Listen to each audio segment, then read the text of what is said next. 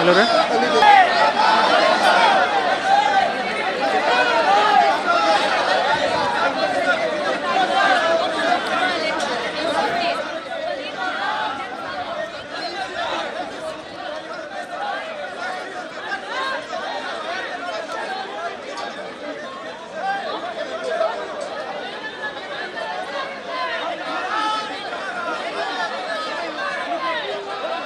BJP ನಾಯಕರು ನಡೆಸ್ತಾ ಇರುವಂತಹ ಪ್ರತಿಭಟನೆಯ ದೃಶ್ಯಗಳನ್ನ ಕೂಡ ನೀವೀಗ ಗಮನಿಸ್ತಾ ಇದ್ದೀರಿ. ಒಂದೆಡೆ ದೆಹಲಿಯಲ್ಲಿ ಕಾಂಗ್ರೆಸ್ ಅನುದಾನದ ತಾರತಮ್ಯದ ಪ್ರಶ್ನೆ ಎತ್ತಿ ಪ್ರತಿಭಟನೆಯನ್ನ ಮಾಡ್ತಾ ಇದ್ರೆ, ಮತ್ತೊಂದೆಡೆ ಬಿಜೆಪಿ ನಾಯಕರು ಇವತ್ತು ವಿಧಾನಸೌಧದ ಗಾಂಧಿ ಪ್ರತಿಮೆಯ ಮುಂಭಾಗ ಪ್ರತಿಭಟನೆಯನ್ನ ಮಾಡಿದ್ರು. ಆ ನಂತರ ಮುಖ್ಯಮಂತ್ರಿ ಸಿದ್ದರಾಮಯ್ಯ ಅವರ ವಿಧಾನಸೌಧದ ಕಚೇರಿಗೆ ಬೀಗ ಹಾಕ್ತೀವಿ ಅಂತ ಹೊರಟಿದ್ದಾರೆ. ಈ ವೇಳೆ ಪೊಲೀಸರು ಅವರನ್ನ ತಡೆದು ನಿಲ್ಲಿಸಿದ್ದಾರೆ. ನೋಡ್ತಾ ಇದ್ದೀರಿ, ಬಿಜೆಪಿ ನಾಯಕರು ಕೈಯಲ್ಲಿ ಬೀಗ ಹಿಡ್ಕೊಂಡಿದ್ದಾರೆ.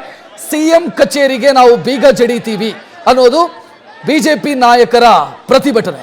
ಈ ಸಂದರ್ಭದಲ್ಲಿ ಪೊಲೀಸರು ಅವರನ್ನ ತಡೆದಿದ್ದಾರೆ. ಎರಡು ದೃಶ್ಯಗಳನ್ನ ಕೂಡ ನೀವು ನೋಡ್ತಾ ಇದ್ದೀರಿ. ಒಂದು, ರಾಷ್ಟ್ರ ರಾಜಧಾನಿ ದೆಹಲಿಯ ಜಂತರ್ ಮಂತರ್ನಲ್ಲಿ ಕಾಂಗ್ರೆಸ್ ನಾಯಕರು ನಡೆಸ್ತಾ ಇರುವಂತಹ ಪ್ರತಿಭಟನೆ. ಮತ್ತೊಂದೆಡೆ ವಿಧಾನಸೌಧದಲ್ಲಿ ಬಿಜೆಪಿ ನಾಯಕರು ಪ್ರತಿಭಟನೆ ನಡೆಸ್ತಾ ಇದ್ದಂತಹ ಸಂದರ್ಭದಲ್ಲಿ ಪ್ರತಿಭಟನೆಯ ಮುಂದಿನ ಹಂತವಾಗಿ ಅವರು ಸಿಎಂ ಕಚೇರಿಗೆ ಬೀಗ ಜಡಿತೀವಿ ಅಂತ ಹೊರಟರು. ಆದರೆ ಪೊಲೀಸರು ಅವರನ್ನ ತಡೆದು ವಶಕ್ಕೆ ಪಡೆದಿದ್ದಾರೆ.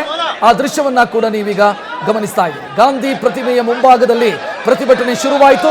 ಆ ನಂತರ ಪ್ರತಿಭಟನೆಯ ಮುಂದಿನ ಹಂತ ಅಂತ ಸಿಎಂ ಸಿದ್ದರಾಮಯ್ಯ ಅವರ ವಿಧಾನಸೌಧದ ಕಚೇರಿ 3ನೇ ಮಹಡಿಯಲ್ಲಿದೆ, ಅದಕ್ಕೆ ನಾವು ಬೀಗ ಜಡಿತೀವಿ ಅಂತ ಹೊರಟರು. ಆದರೆ ಪೊಲೀಸರು ಅವರನ್ನ ತಡೆದು ನಿಲ್ಲಿಸಿದ್ದಾರೆ ಮತ್ತು ವಶಕ್ಕೆ ಪಡೆದಿದ್ದಾರೆ. ಅದರ ದೃಶ್ಯವನ್ನ ಕೂಡ ನೀವೀಗ ಗಮನಿಸ್ತಾ ಇದ್ದೀರಿ.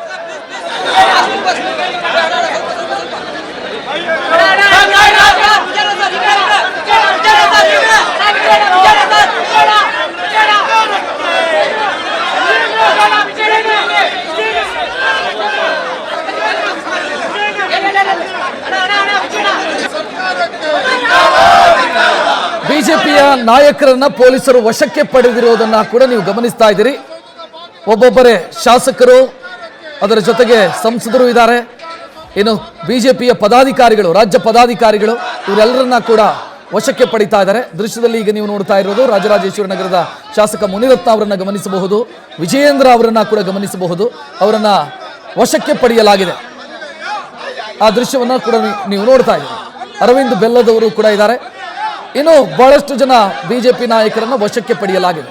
ಸಿಎಂ ಕಚೇರಿಗೆ ಬೀಗ ಜಡಿಯಲು ಹೊರಟಂತ ಬಿಜೆಪಿ ನಾಯಕರನ್ನ, ಶಾಸಕರನ್ನ ಪೊಲೀಸರು ವಶಕ್ಕೆ ಪಡೆದಿರುವಂತಹ ದೃಶ್ಯ ನೋಡ್ತಾ ಇದ್ದೀವಿ.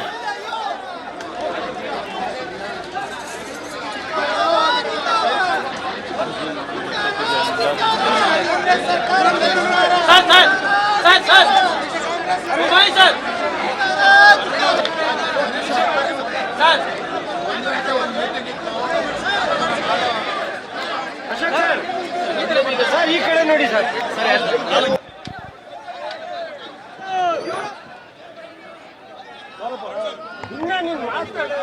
ಬೀಗ ಸರಿ ಕೊಡಿ.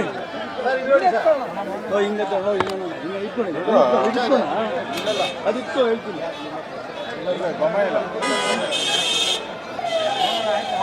ಇವ್ರನ್ನ ಭಾರತಿ ಶೆಟ್ಟಿ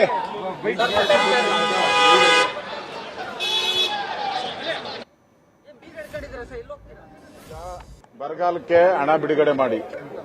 ಒಂದ್ ಕಡೆ ಬರಗಾಲದಲ್ಲಿ ರೈತರು ಬವಣೆಯಲ್ಲಿ ಸಾಯ್ತಾ ಇದ್ದಾರೆ, ಆತ್ಮಹತ್ಯೆ ಮಾಡ್ಕೊಳ್ತಾ ಇದ್ದಾರೆ. ಇವರು ಡೆಲ್ಲಿಗೆ ಹೋಗಿ ಮಜಾ ಮಾಡಕ್ಕೆ ಹೋಗ್ತಾ ಇದ್ದಾರೆ. ರೈತರಿಗೆ ಬರಗಾಲ ಭಾಗ್ಯ, ಕಾಂಗ್ರೆಸ್ ಅವರಿಗೆ ಬಿರಿಯಾನಿ ಭಾಗ್ಯ.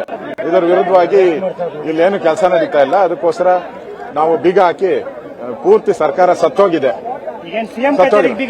ಎಲ್ಲ ಸಿಎಂ ಎಲ್ಲ ಕಚೇರಿಗೂ ವಿಧಾನಸೌಧಕ್ಕೆ ಬೀಗ. ಹಣ ಬಿಡುಗಡೆ ಮಾಡಿ, ರೈತರಿಗೆ ಹಣ ಬಿಡುಗಡೆ ಮಾಡಿ, ಕುಡಿಯುವ ನೀರಿಗೆ ಹಣ ಬಿಡುಗಡೆ ಮಾಡಿ, ಅಭಿವೃದ್ಧಿ ಕಾರ್ಯಕ್ಕೆ ಹಣ ಬಿಡುಗಡೆ ಮಾಡಿ.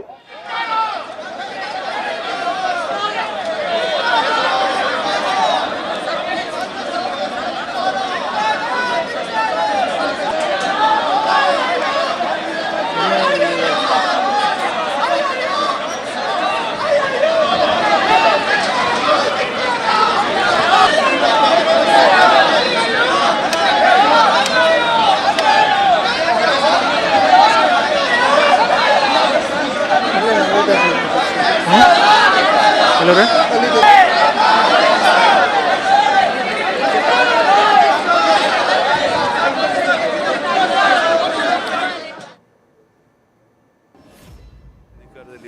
ಇದ್ದ ಸಂದರ್ಭದಲ್ಲಿ ಏನು ಮಾಡಿದ್ರು ಅನ್ನೋದು ಸಹ ಇಲ್ಲಿ ಪ್ರಶ್ನೆ ಉದ್ಭವ ಆಗುತ್ತೆ. ಸೊ ಅದರಿಂದ ಕೇವಲ ಪ್ರಚಾರಕ್ಕಾಗಿ ಡೆಲ್ಲಿಗೆ ಹೋಗಿ ಎಲ್ಲ ಶಾಸನ ಕರ್ಕೊಂಡು ಹೋಗುವಂಥದ್ದು ಎಷ್ಟು ಮಟ್ಟಿಗೆ ಸರಿ ಅಂತ ಅವರೇ ಯೋಚನೆ ಮಾಡಲಿ. ಇದರಿಂದ ಅವ್ರಿಗೇನೂ ಲಾಭ ಆಗಲ್ಲ, ಇದರಿಂದ ಪಕ್ಷಕ್ಕೂ ಜನರಿಗೂ ಹಾನಿ ಆಗುತ್ತೆ ಅನ್ನೋ ಮಾತನ್ನು. ಧನ್ಯವಾದ. ಸರ್, ಲೋಕಸಭಾ ಟಿಕೆಟ್ ಯಾವಾಗ ಫೈನಲ್ ಆಗುತ್ತೆ ಸರ್?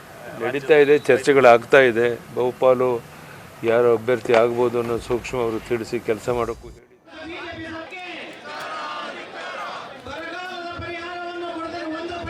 ಅಂತೇಳಿ ಡೆಲ್ಲಿಗೆ ಹೋಗಿರ್ತಕ್ಕಂಥ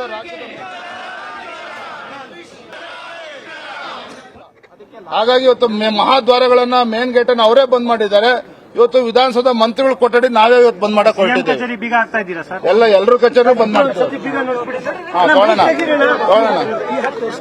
ಹಾಕ್ಯಾರಾ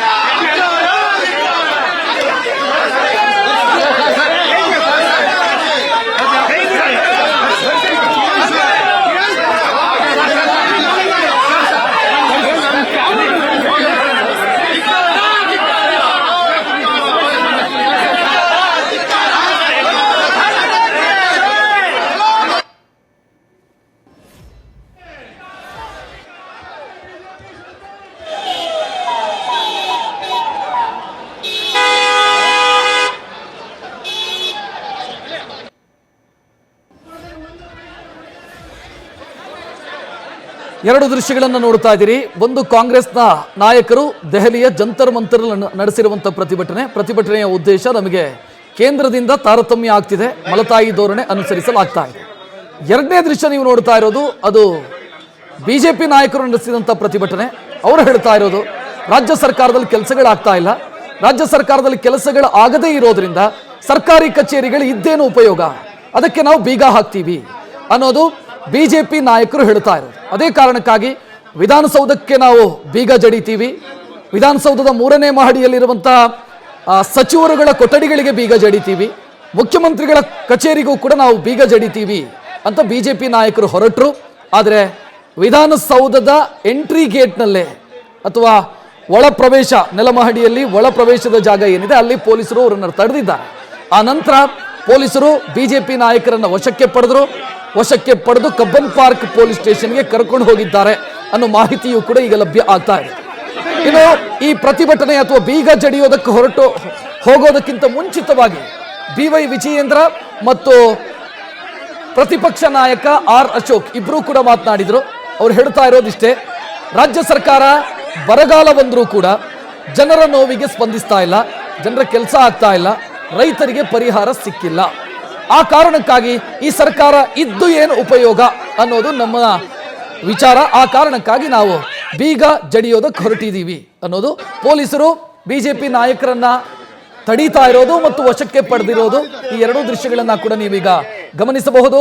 ವಿಪಕ್ಷ ನಾಯಕ ಆರ್ ಅಶೋಕ್, ಬಿಜೆಪಿ ರಾಜ್ಯಾಧ್ಯಕ್ಷ BY ವಿಜಯೇಂದ್ರ ಇವರ ನೇತೃತ್ವದಲ್ಲಿ ಈ ಪ್ರತಿಭಟನೆಯಾಯಿತು. ಬಿಜೆಪಿಯ ಪ್ರಮುಖ ನಾಯಕರು ಕೂಡ ಈ ಪ್ರತಿಭಟನೆಯಲ್ಲಿ ಭಾಗಿಯಾದರು.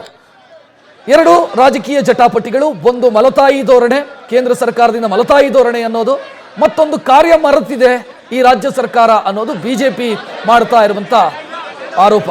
ಒಟ್ಟಲ್ಲಿ ಮುಂದಿನ ಲೋಕಸಭಾ ಎಲೆಕ್ಷನ್ಗೆ ಬೇಕಾದಂತ ಶಸ್ತ್ರಾಸ್ತ್ರಗಳನ್ನು ರೆಡಿ ಮಾಡಿಕೊಳ್ತಾ ಇದ್ದಾರೆ ಎರಡೂ ರಾಷ್ಟ್ರೀಯ ಪಕ್ಷಗಳು ಕೂಡ.